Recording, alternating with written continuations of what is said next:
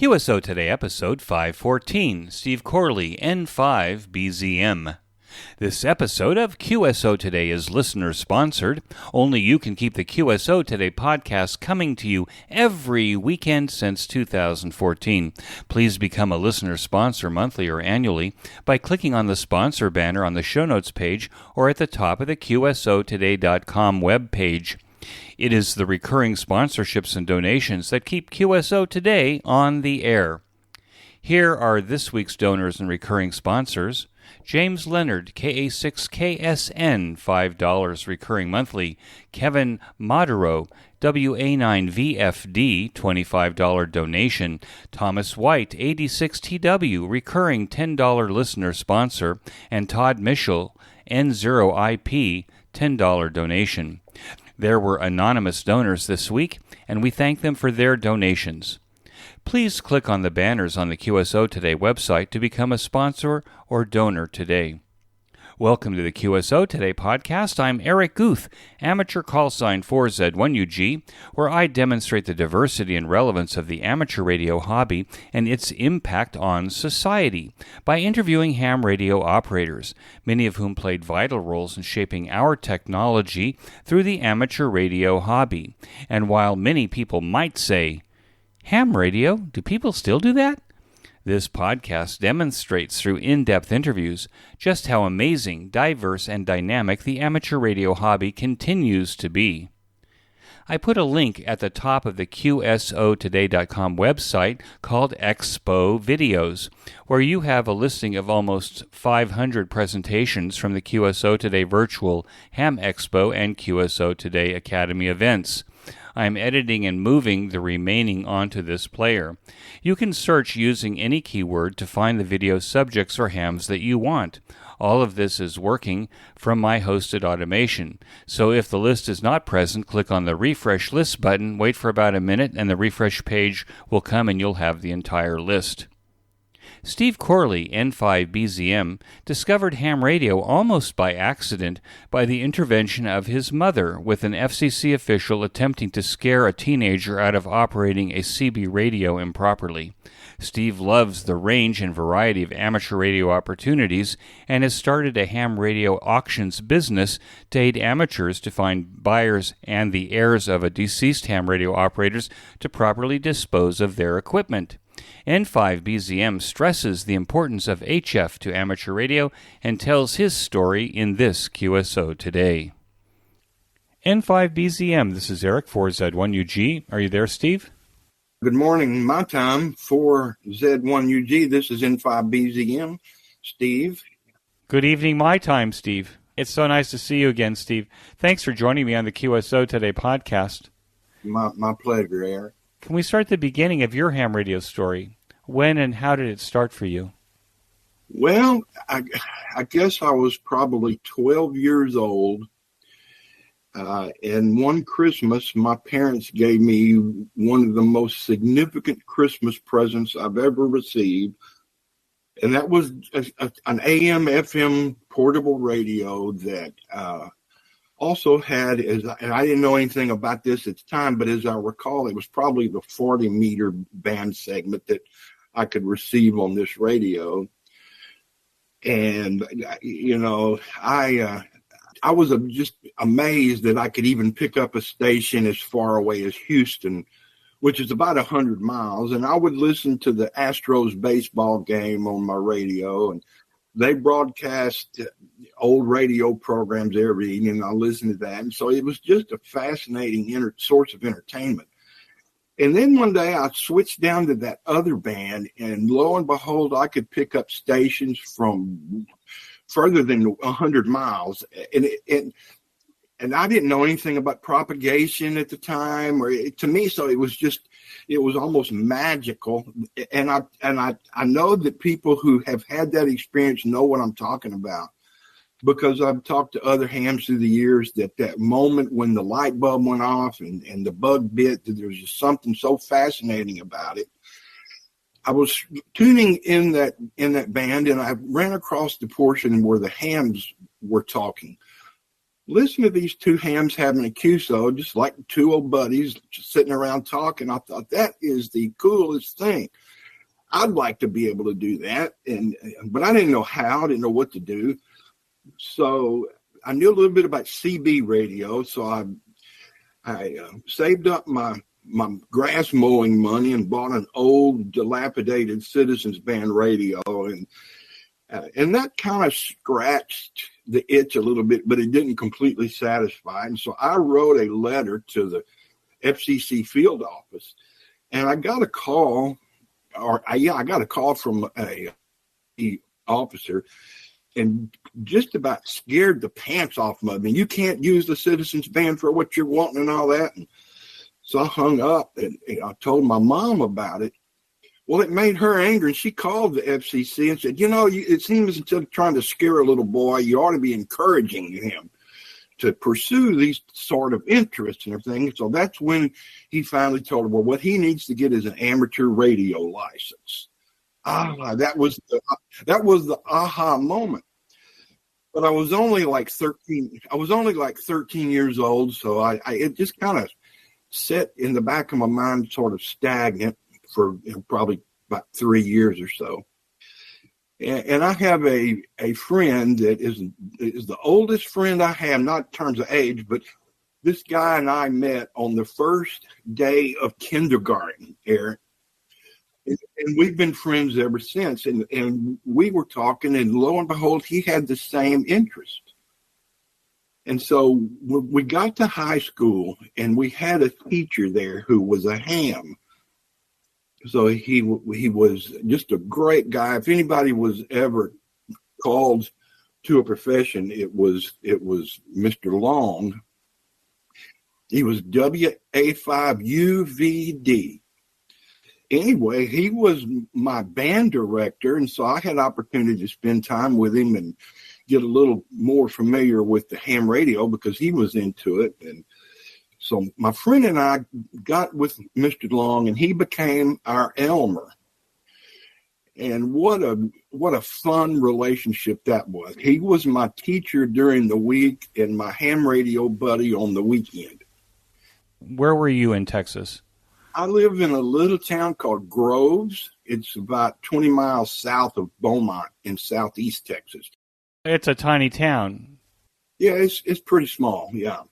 Was Mr. Long, was he like maybe the only ham in town? There were a few others, but we didn't know them, But it was him that just really got the ball rolling for us. He was nice enough to let us come to his house on the weekends, and he would demonstrate his radios, and we would just be drooling with enthusiasm. And so we determined we were going to get our novice license. He explained to us the different classifications of license. So we began to study, and I was over at my friend's house one pretty cold winter morning, and we were trying to learn Morse code so we could pass the five word a minute test.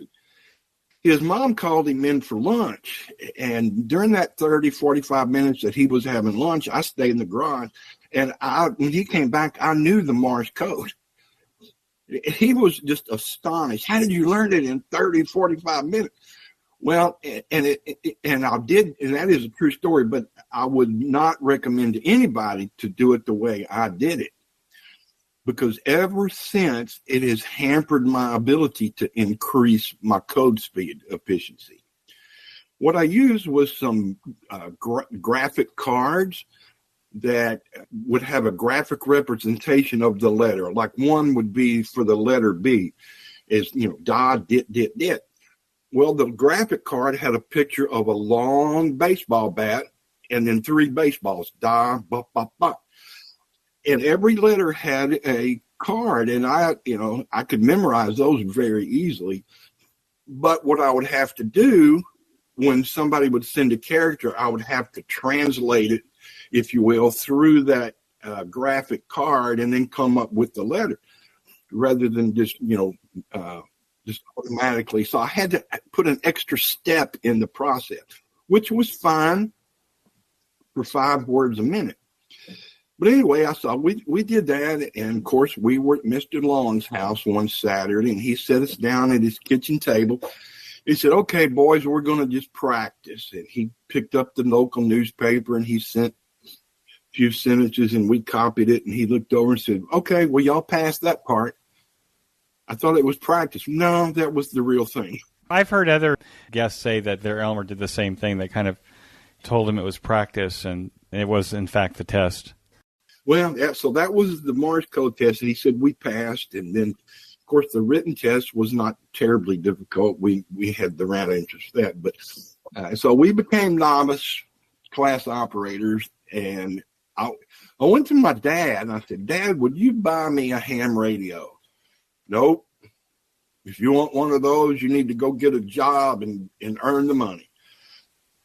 Okay. So anyway, I worked all one summer and earned enough money to go down to this local electronics guy, had used electronics, and I bought a used BC 348 receiver and a Helicrafter's transmitter. And with baling wire and bubble gum, I got that little setup on the air. And of course, my buddy lived right across the highway, so for a long time it was just me and that guy, kind of doing Morse code together. And every now and then we'd pester old Mr. Long, or if we heard him down in that portion, we'd answer him. And he told us one time, he said, "Boys, I have to get my novice filter changed." Y'all are, y'all hear way too often. Of course, it was like couldn't wait to get home from school and fire that rig up and what have you. And of course, we learned a little bit about building homebrew dipole antennas. So my buddy, I helped him build his. He helped me build mine. And of course, we put up a dipole antenna at my house, and of course, using my dad's tools. And when we finished it, we were so excited to go in and test it out. We forgot all about the tools laying in the grass. And my dad came home to mow the grass that evening, and he hit a screwdriver, and it fouled up his lawnmower blade. Oh, he was mad. But he never did make me take it down. He was always encouraging me to do that. Well, I think he probably liked the fact that you really wanted it so badly that you earned the money to buy the rigs. I think he was proud of that. And I used to share a bedroom with my brother. And of course, it didn't take long to figure out that the band conditions were better late at night in the wee hours of the morning. And of course, back then, all novices could do was Morse code. So about 2:00 one morning, I was in a QSO with somebody else in the United States, and woke my brother up. And he kind of looked over and said, "Steve, I'm trying to sleep." I said, "Okay, go ahead. You won't bother me." So I just kept right on. Steve, you got your license in what? 1972. And you were about, 15 years old? 15, 16, yeah. So anyway, back then, novices either upgraded or they went away. I think it was only good for a year. It was a 2-year term. So at the end of the 2 years, I was starting college, and I studied for the test. And back then, you had to go with sweaty palms to the FCC office. And I sit down, and I barely missed the 13-word-a-minute code portion. And left kind of discouraged because they didn't let you take the written exam. If you failed the test, failed the code part, you just went home. You couldn't take the technician class?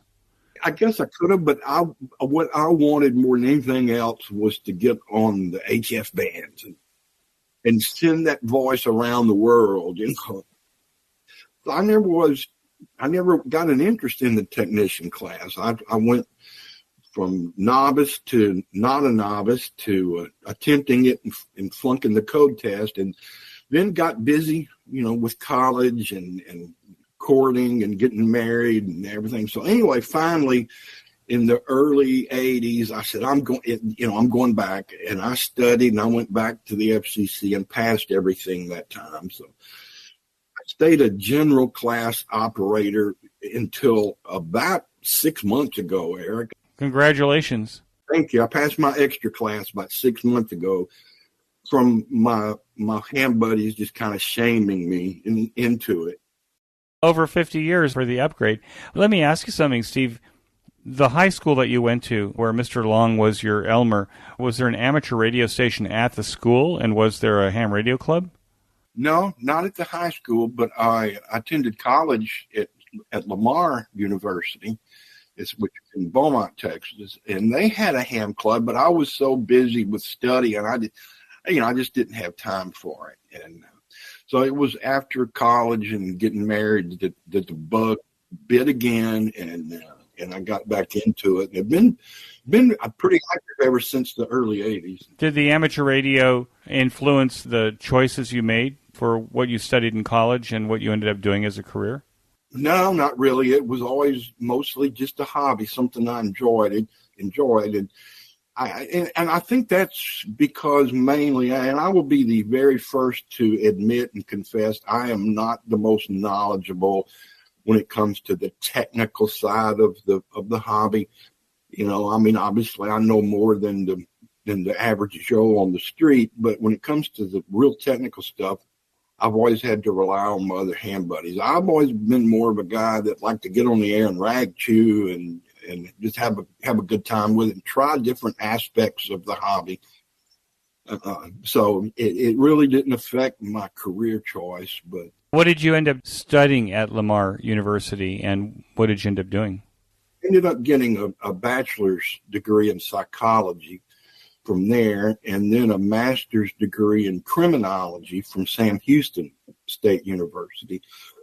And so I'm actually a 2 or 3 career kind of guy. After college, I spent 13 years working as a juvenile probation officer.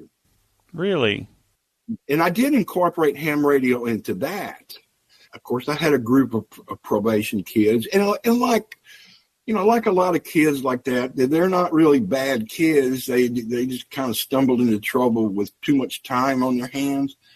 So I taught a ham radio class to my probation kids.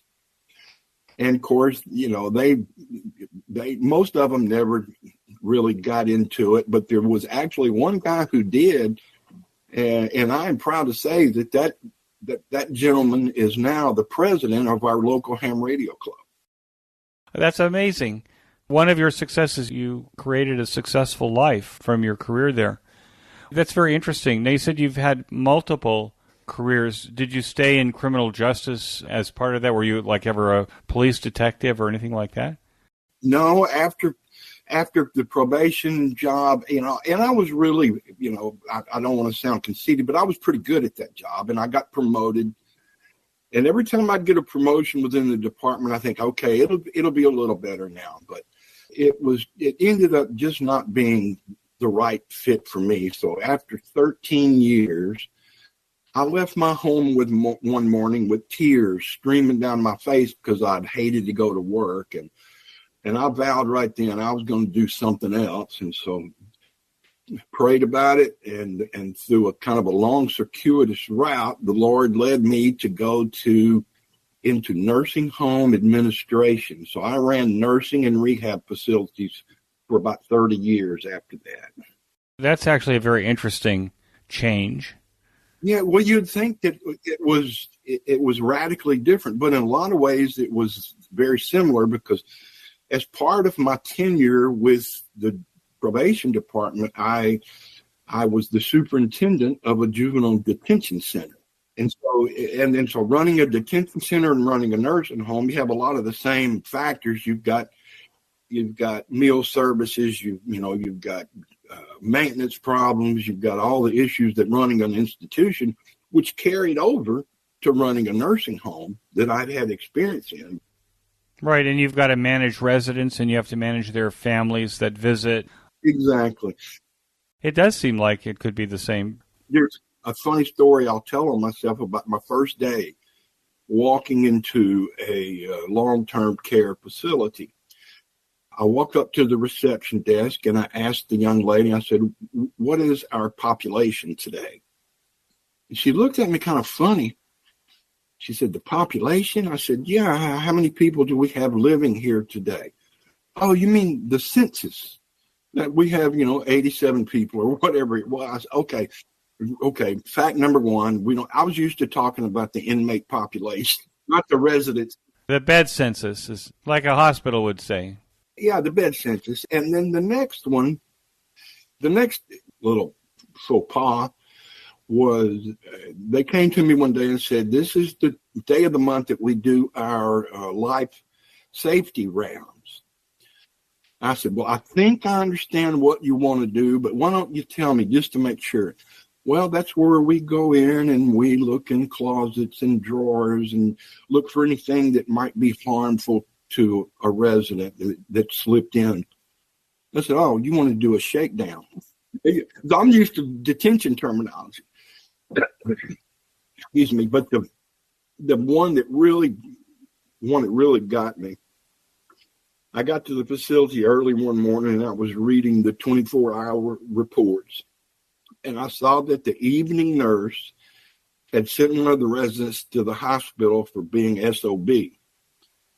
And I said, this is not right, And so I called this nurse at home. I said, I know this gentleman's sort of a cantankerous old man, but do you really think that we should put in his chart that he's an SOB? She said, you're kidding me, right? I said, no, I'm reading it right here. It said, you're sent to the hospital for being an SOB. And she said, it means he was short of breath. I said, okay, I knew. I was just kidding with you. But anyway, so once I got my terminology all straightened out, had a reasonably successful career running nursing facilities.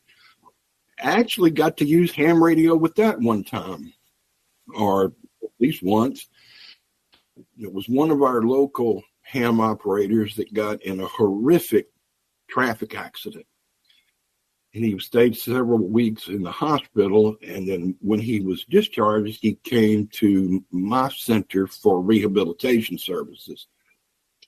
And when this guy got there, he could not even scratch his own nose. He was in bad shape. But this guy was a ham operator, and I knew him. And every night about midnight, you could hear this guy and another guy get on one of the local 2-meter repeaters, and they had talked to 2, 3 in the morning every night. They were best buds. And so we got this patient in the rehab facility, and I went and I told him, I said, I bet you wouldn't like to miss your nightly calls with your friend. He goes, well, I don't see how I can do it, laid up here. I can't even scratch my nose. So I got a couple of other local hams, and we went and set him up a temporary antenna outside his room and fixed him up with a handy talk. He set it on Vox, and then the nurse could lay it on his chest, and he could talk to his friend through the repeater from his hospital bed at the facility. So that was kind of gratifying, if you will, to help that guy, stay in touch with his buddy. And now this mid-show break. The QSO Today project that now includes 500 episodes of the QSO Today podcast, the curation of hundreds of hours of QSO Today Virtual Ham Expo presentations for public consumption, is now supported completely by you, the listeners. I am using a business model called Value for Value, a concept developed by Adam Curry, K5ACC, where you contribute to QSO Today exactly what you think its value is to you. Value for Value. This mid-show break and the promotion of the Ham Radio Workbench podcast later in the show are the only commercials that interrupt the program. QSO Today has no commercial sponsors to influence the content, direction, and editorial content of the QSO Today project, which exists solely for the promotion of the amateur radio hobby. Those of you that have listened to over 500 podcast episodes know that I'm not only infatuated by the amateur radio hobby, but by the people who perpetuate it as well. The hours that I dedicate to QSO Today is a half-time job. Your support at any level pays for all of the technology that I use to create, produce, host, and deliver the QSO Today podcast and the project to the ham radio community. And while it is a labor of love, it costs money. I know from statistics and surveys that only 6% of you actually contribute to QSO Today in some form. Please make a generous donation using the slider to set the amount of your donation. Make that donation monthly to ensure that QSO Today is here for the next 500 episodes. As a value-for-value donation, it should be in the amount that you value each episode of QSO Today, or your access to our amazing catalog of ham radio educational videos found on YouTube, Vimeo, and using our own player link in the show notes page. Become a listener sponsor monthly or annually. Use my Amazon link in the right column of the QSO Today website before shopping on Amazon. Promote QSO Today to your friends and family by forwarding our email and social media posts. Subscribe to our mailing lists. Subscribe to the YouTube channel. Tell your friends. All of these actions are value for value. Keep the QSO Today project alive by taking action now. We return to our QSO Today. So, Steve, for some of us who are not there yet to these care facilities, I'm assuming then that there are different kinds of facilities. There's rehabilitation facilities for people who are no longer in the hospital, but they need extended care, at least until they're rehabilitated. And then there's retirement facilities. And then there are when retirement kind of ends poorly and the patient is now in some kind of palliative care or some kind of vegetative state or something like that. And are those facilities often the same facility, or are they tend to be different facilities? Well, yes and no to both questions. They do have facilities that are just standalone long-term care and nursing custodial care facilities, and they do have standalone rehab facilities. But in my case, I always ran one that was both. One segment of my resident population was there because, they just needed, long-term care, somebody to give them their meds, take care of them, give them a shower. And then we had short-term patients that were going through the rehab program. It seems to me that, especially as our ham radio population is aging and we're living much longer than we did 30, 40 years ago, is there an opportunity for the local amateur radio club to actually maybe sponsor a station in these facilities in order to interest the residents or give them some other diversion or activity? I'm sure there would be. I've kind of had that idea, never really did much on it. I did one time have to evacuate a nursing home due to a hurricane that was approaching us, and we evacuated to a facility that one of the residents there, a lady, had, instead of her name on the door, she had her call sign on the door. And she had a little rig set up in her room. So it's very possible. And like in the nursing home that I ran last, it had a very large common area. So we could have set up a station.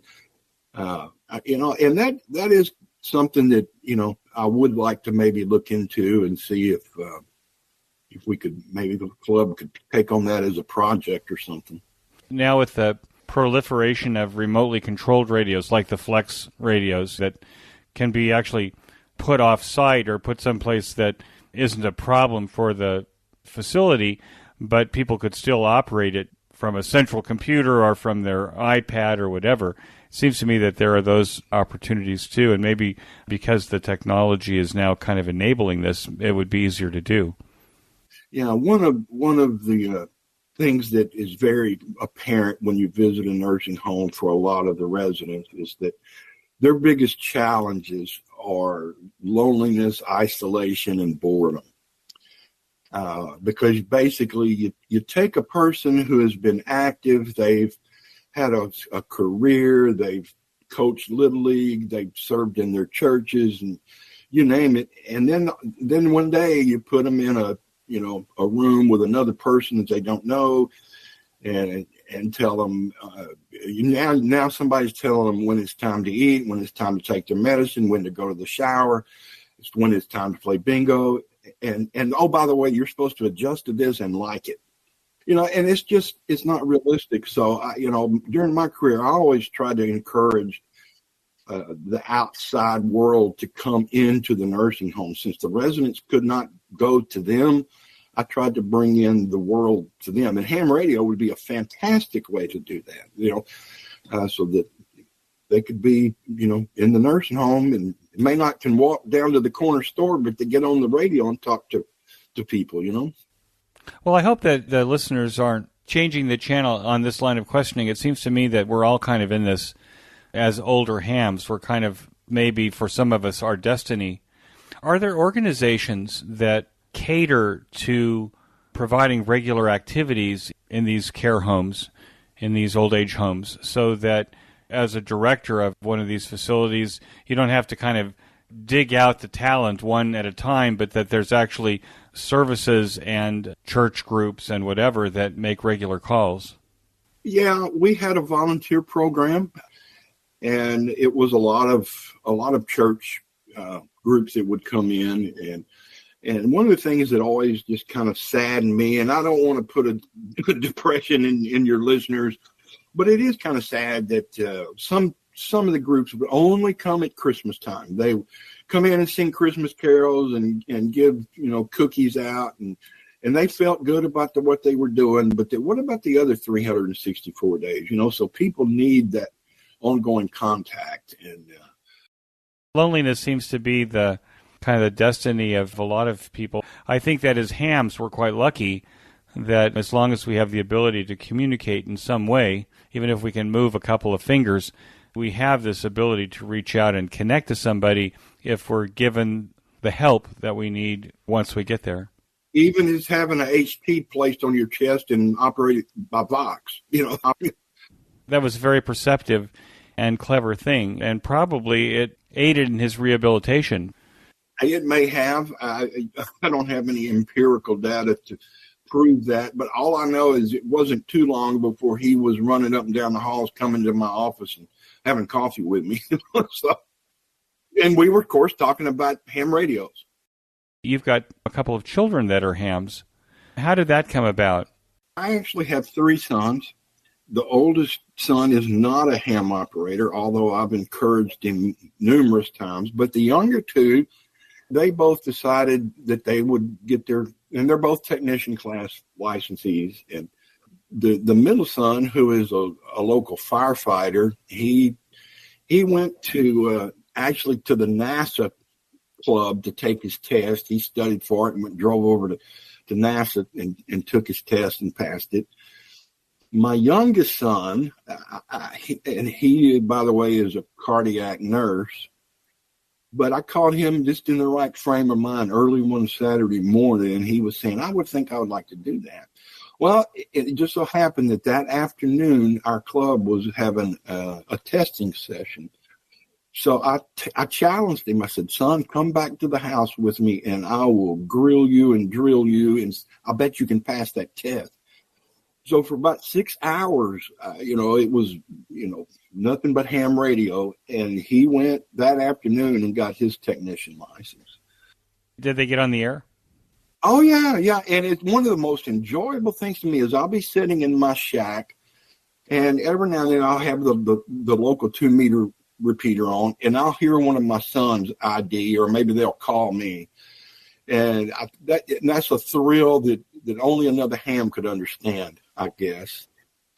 But the oldest son, I was picking on him one time, and I told him, I said, son, I got to tell you, you've been a big disappointment to your old man.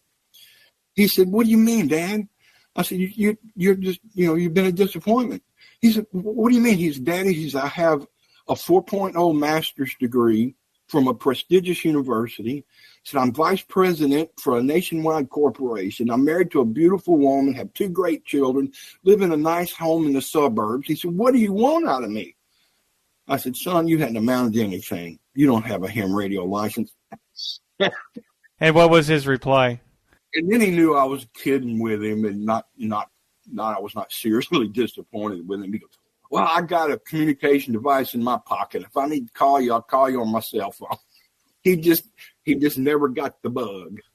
What's the current rig there?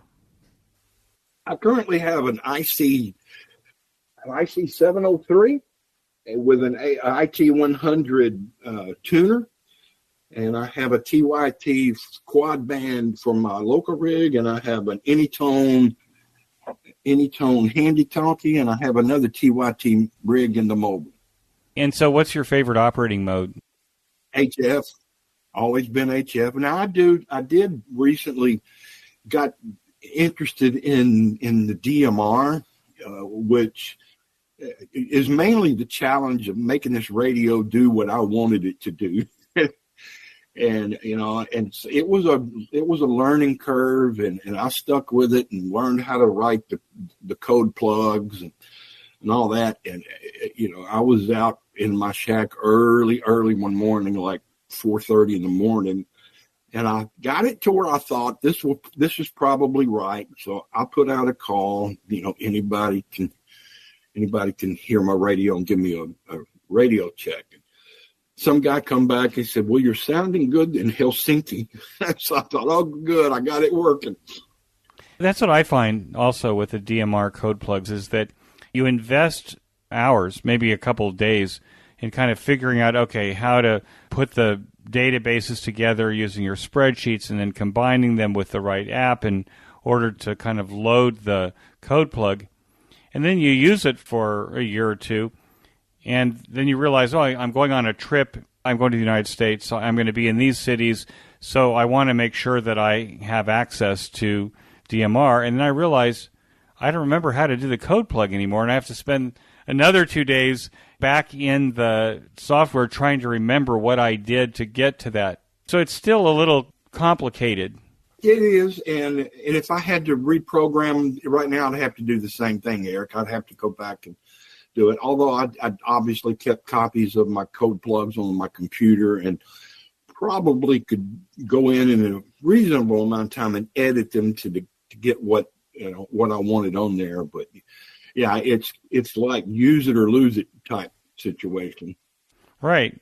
And it's kind of like, you know what, I'm just going to take the hotspot with me.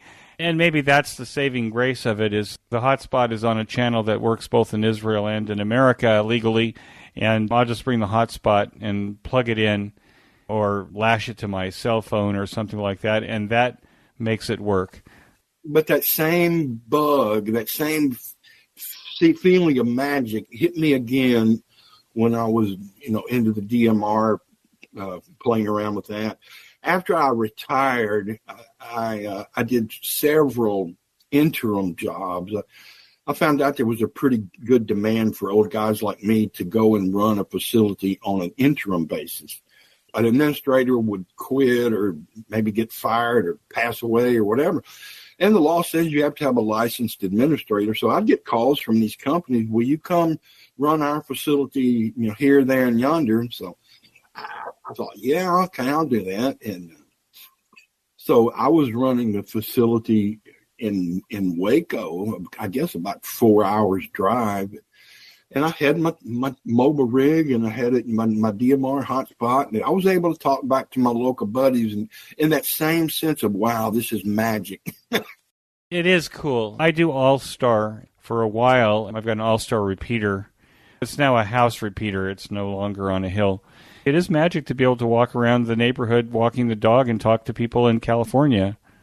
It really is, and the system is down right now, and I need to get in and troubleshoot it and replace whatever I need to replace. But so I also have the local IRLP node here at my house. Myself and a local repeater operator got together, and we put it on his repeater and under my call sign. But anyway, like I said, it's down at the moment, but that's on the project list. Now, the way that you're operating that is it's on a simplex base station at your house. So somebody that wanted to talk on the repeater is actually controlling your base station to the repeater over IRLP, right? Exactly. They could get on the local repeater, and we made public all the command codes so that it's an open system. So somebody could be driving around in the car and bring up the local node and know the 4-digit code to where they want to link to. And as a matter of fact, I when I first got it set up, I was driving home from work one afternoon and got on the IRLP, and I had a very pleasant QSO with a gentleman in Israel. You know, I'm driving down the highway in Beaumont, Texas, and he's in Israel. Just a great feeling of accomplishment. I didn't know there was any IRLP in Israel. Is it possible he might have been using WinLink that might have been crossing over to IRLP? Yeah, he may have been using a gateway of some sort, but he was coming through me on my IRLP node. So I never tried IRLP because it wasn't full duplex, and I kind of wanted this full duplex experience. That is an advantage of All-Star over IRLP. Although IRLP, I think, has a way to do full duplex. But again, my technical abilities are, like I admitted earlier, are limited. Well, with all of these internet linking things like DMRs, I think they're very cool. I know that there's some, old timers that might say that it's not ham radio, but what I've discovered, at least in 500 and now 14 conversations that I've had on QSO today, is that one of the great things about ham radio is it's now such a big tent that the whole idea of solving a communications problem is kind of what we do. It always amazes me the different ways that we can come up with to solve a communications problem. Using the internet makes perfect sense. I did a presentation after we set up the node. I did a presentation at our local club, and I kind of used the analogy of what the old timers understood as propagation. To this internet link is basically your propagation to get you to where you want to go, and they kind of understood that conceptually. Some of them still never used the IRLP node, but a lot of local guys, really enjoyed it. Well, what we're discovering here now, right now it's July 2024 for people that might be listening in the future. Right now our country's in a state of war. What's interesting is that the hams are talking about HF again. We have repeaters and they're linked by All-Star and all this stuff. And in the end, it's possible that infrastructure could be taken down or damaged in some way or power failure, whatever. And so we're all kind of looking at what we hadn't looked at for a long time, perhaps, and that is, okay, well, how do we communicate on HF? So we're looking at NVIS, which is antennas that are close to the ground so that the radiation pattern goes straight up and straight down so that we have this more reliable 24/7 communication. So, with all of this technology that's possible that we have, in the end, we might find that going back to the basics, the 100-year-old basics, is what is going to be the most reliable for us.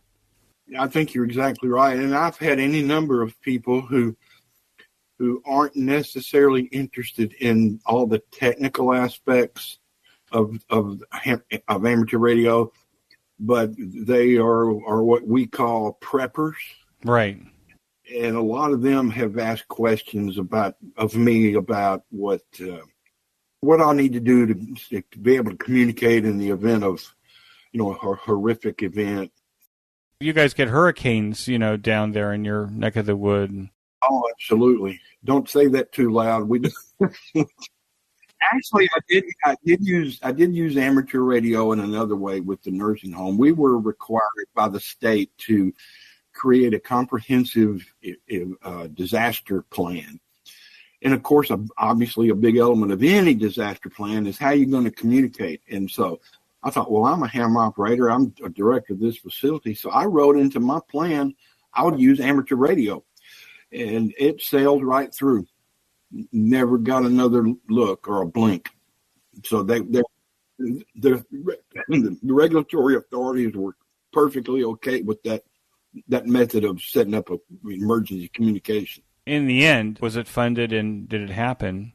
I never had to use it, but, when we evacuated my facility, of course, I brought ham gear with me, and the event that I would have had to have used it, I could have used it. And now this mid-show break. Every 2 weeks, I listen to the Ham Radio Workbench podcast with George, KJ6VU, Vince, VE6LK, Mark, N6MTS, Thomas, K4SWL, Michael, VA3MW, and Rod, VA3ON, and their guest on often topical and important projects in amateur radio. This discussion amongst the regulars and their guests remind me of the conversations that I used to listen to on 146.94 and 146.46 megahertz in Orange County, California, while working on my own workbench almost 50 years ago. It is amazing how much practical ham radio knowledge that we can absorb by listening to the Workbench podcast that starts to make sense when we start our own deep dive into our own projects. So join me by listening to the Ham Radio Workbench podcast now and as George and crew push beyond 200 episodes. You can get to the Ham Radio Workbench podcast by clicking on the banner in this week's show notes page. And now, back to our QSO.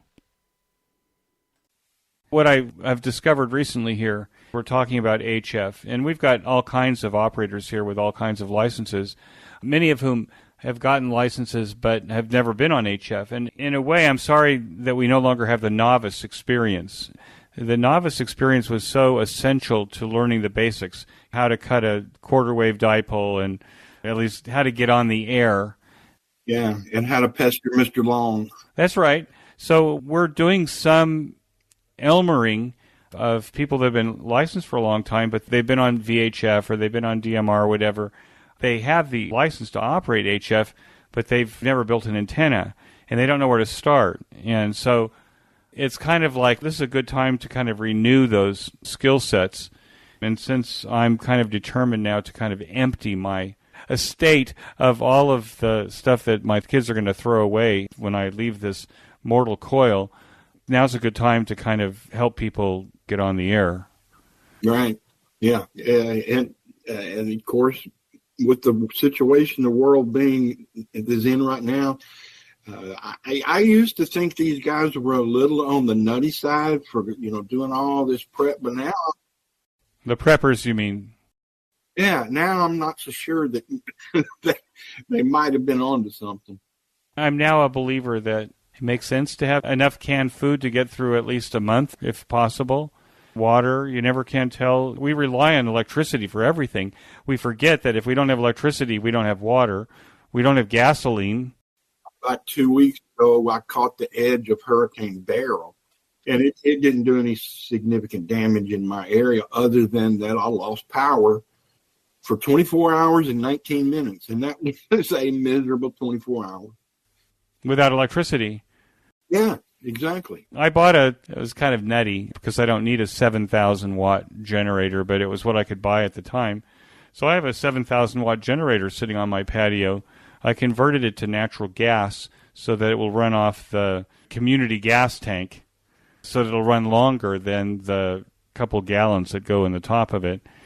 Well, and like I've been told, if you lose your natural gas, you got bigger problems than worrying about whether you have power or not. In the United States, natural gas can be, you have gas mains that run down the streets of your neighborhoods. So here we actually have LNG tanks at the end of the street in like planters higher than the rest of the street. And so they fill those things up every week or every couple weeks, and that runs the gas on the street. And these tanks are all over the place. So I have enough gas to run my generator until there's no more gas there. You need electricity. You need to charge your batteries. We're so dependent on cell phones, for example. The thought of cell phones not working is kind of scary. And the thought of your internet not working seems kind of scary too. But if there's no electricity serving the neighborhood, there's no cell phones and there's no internet. That's right. I think I'm going to be a very popular guy in the neighborhood. You probably will, yeah. God forbid that the energy supply goes away. Let's talk a little bit about the way we met is during the last QSO Today Virtual Ham Expo. You approached me because you were starting a new business called Ham Radio Auctions. How did that business come about, and how's that business going?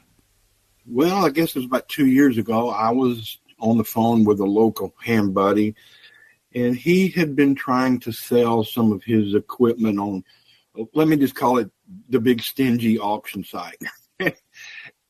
and he was frustrated, and he was complaining about how onerous their rules were and how much money they took out of his profit and everything. And it just got me thinking, is there a dedicated marketplace, auction style, if you will, dedicated just for amateur radio related things? And a search revealed that the resources in that area were scarce to none. There is a guy here in the United States that does an auction page for ham radio, but the difference is, if I wanted to sell a radio, I have to box it up, ship it to him, and then he sells it. And if it doesn't sell, he has to ship it back. And so anyway, it's not the model that I wanted. So I went in and built, basically from the ground up, an auction site, hamradioauctions.com, that is self-service. If you want to sell something on my site, you take the pictures, you write the description, etc., and you upload it. It works very similar to what the big site does. Only I wanted to make it very affordable and very user-friendly, and not try to force my users into a lot of things that we all know is not always feasible. Like, for instance, free shipping. You and I both know, everybody listening knows that there is no such thing as free shipping. Yet and I've sold professionally on this site for over 20 years, just as a sideline hobby, or it's very hobby. And so I know, because of the way their rules are structured, they try to force you, at least strongly encourage you to offer free shipping. Well, I didn't want to do that.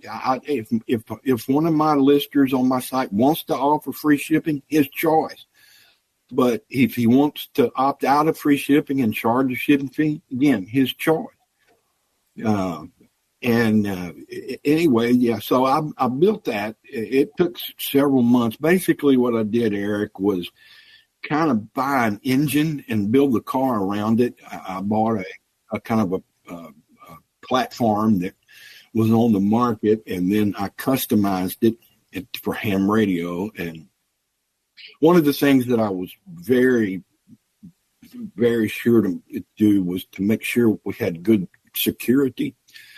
So I actually hired what they call an ethical hacker to go into my website, and he showed me 27 vulnerabilities. And he says, one of them I found you really won't like. He said, I found a way I could get in the back door of your website and change all your prices. I said, no, you're right. I would not like that. So anyway, then he went on to tell me how to plug those security holes. Then I hired another programmer to do that. So I feel like it's a very secure site. And also, the site does not collect anything about a person's financial data. That's all handled through a third-party gateway like PayPal or Stripe. The website is not collecting your bank account information or your credit card numbers or anything like that. So all goes to very, very secure payment gateways. And so basically, the only thing is required is your name and a phone number, and optional to put a call sign, etc. One of the things that I'm kind of proud of about the website is the way I had the search engine built. We've all been to ham radio club meetings or maybe Saturday breakfast and get to talking about, well, I got a radio I want to sell and all that.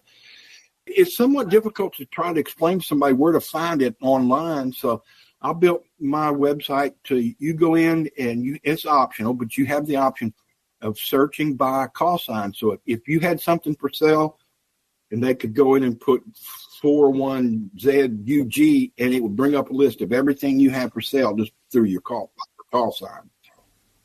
Right, so you can kind of even find it geographically. So how's it going now after 2 years? It seems to me that QRZ does have, it's not an auction site, it certainly is a place to tell people about what's for sale. I mean, I don't think they handle transactions.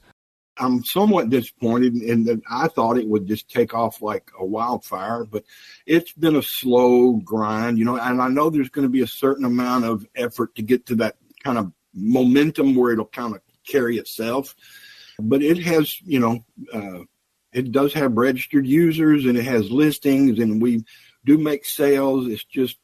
It has so much more room for growth that I just hate to pull the plug on it prematurely. So I continue to invest in it and try to plug it and promote it. And I even traveled to Dayton, Ohio last summer to market my website. And that was a trip of a lifetime.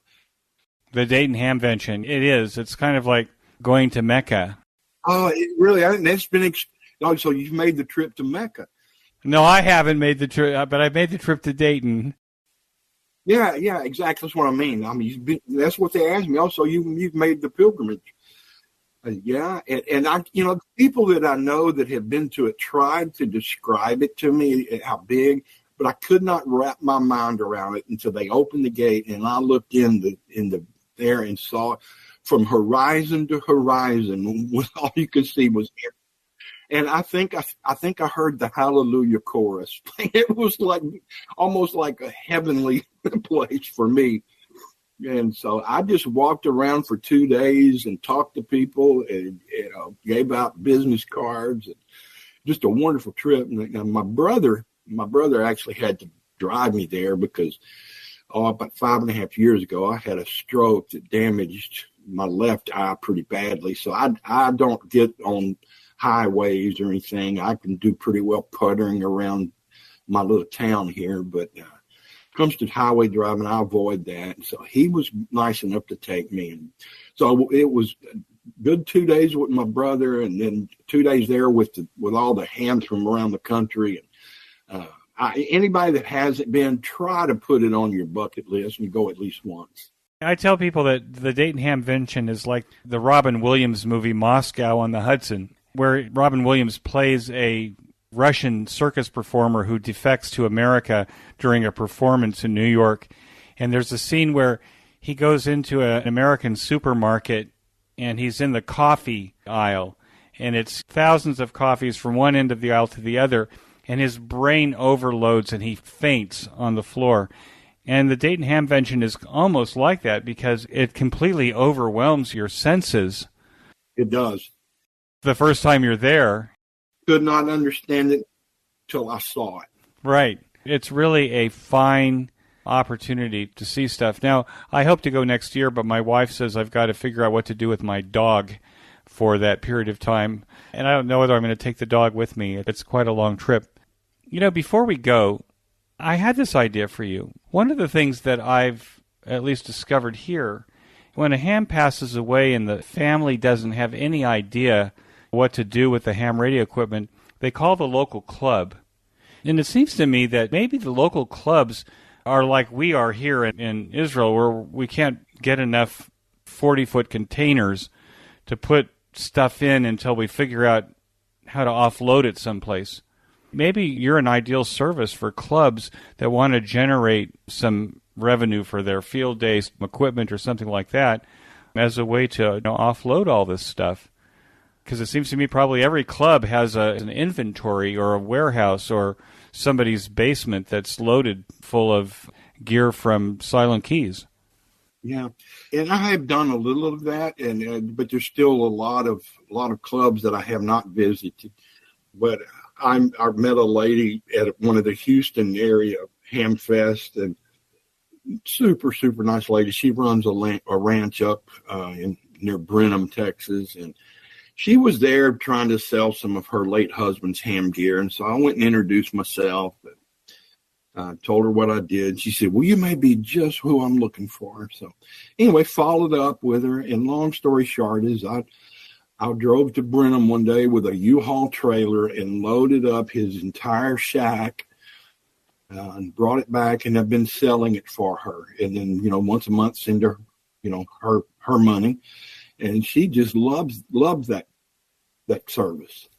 It's a great idea. I guess one of the things we could do probably better as hams who have spouses and family, I think on the show notes page I'll point to some of the earlier interviews that I've done with people who are kind of experts on how to articulate to your family what your wishes are for your stuff when you're no longer around.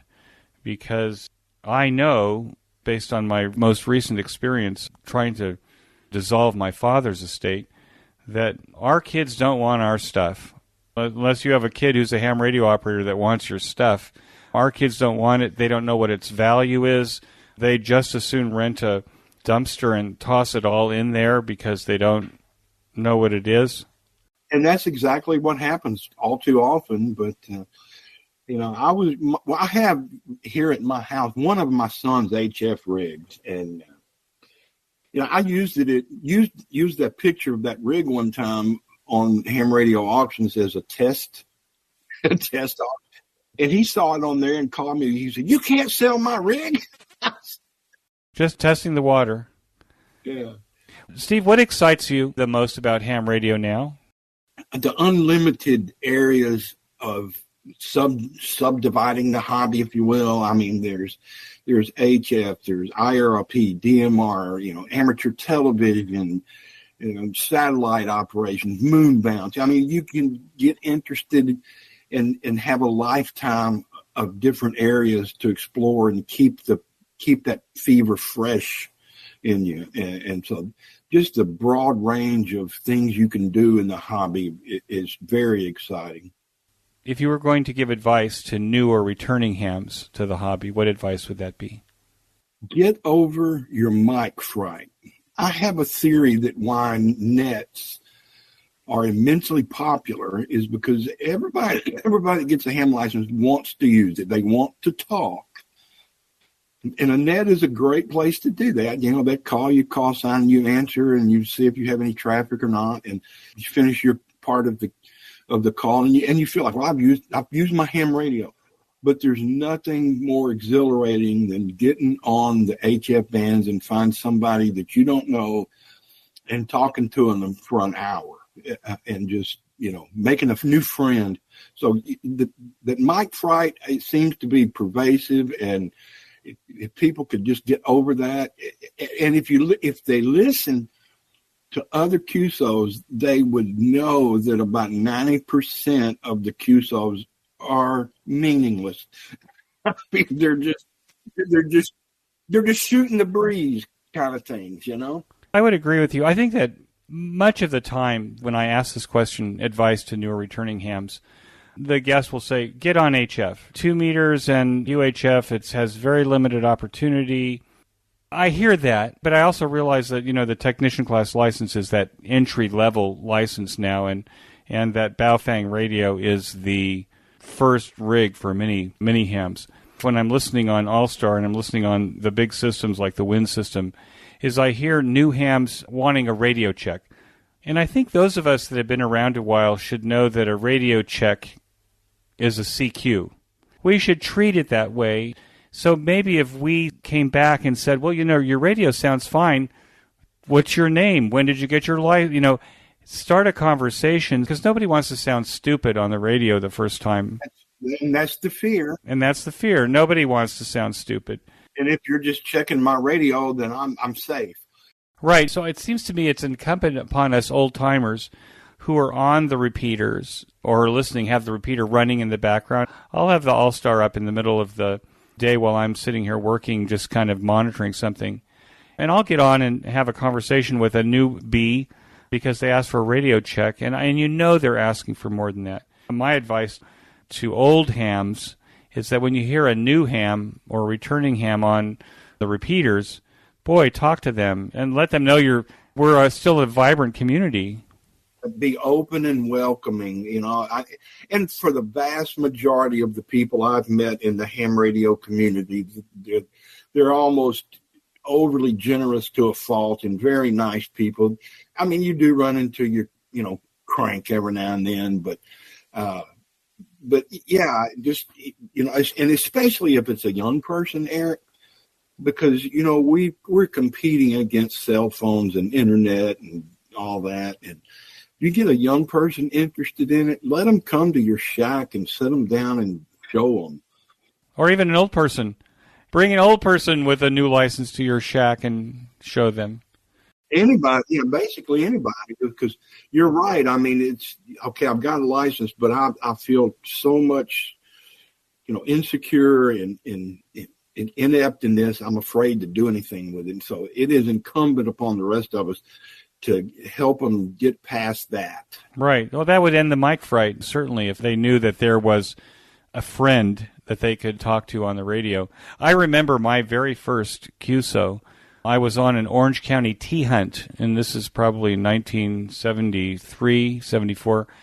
I'm in somebody else's car, and can I use your radio? So I asked for a signal report on the Park repeater in Los Angeles, and a guy comes back to me and says, "You're full quieting." And I'm sitting there going to myself, what does that mean?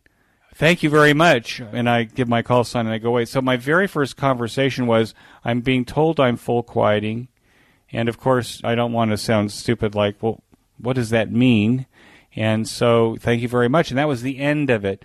Now, fortunately, I became more active over the years, but I asked for the signal report and I got it. But I think that anybody asking for a signal report, for the most part, is asking for a CQ. That's an underlying plea for talk to me. Right. Without making me feel like I'm stupid. That's it. Yeah, because we were all stupid at one time. Oh, yeah. Steve, what a pleasure. It's so nice to renew the acquaintance, since the last expo. Likewise. I appreciate so much that you took the time to speak to me today. And with that, I want to thank you very much and wish you 73. 73 to you, Eric, and we'll see you down the log. That concludes this episode of QSO Today. I hope that you enjoyed this QSO with Steve. Please be sure to check out the show notes that include links and information about the topics that we discussed. Go to www.qsotoday.com and put an N5BZM in the search box at the top of the page. You can sponsor the transcription of this episode or any of the previous episodes by clicking on the transcription button on every show notes page. The cost is $75 per episode, regardless of the length. We will quickly transcribe the episode and give you credit for your sponsorship. Please send us the call sign of the podcast to make sure that we transcribe what you want. Remember that QSO Today is value for value. Please support our project by making a donation or becoming a listener sponsor today. Use our Amazon link before shopping at Amazon, as we receive a small commission on your Amazon purchases. Subscribe to our mailing lists, both my blog and the podcast, and forward the messages to friends and family who would enjoy QSO Today content. Promote us on social media and give us a 5-star rating and reviews whenever you are asked. QSO Today is available on every podcast player and venue, including Apple Podcasts, YouTube, Spotify, and Podcasting 2.0.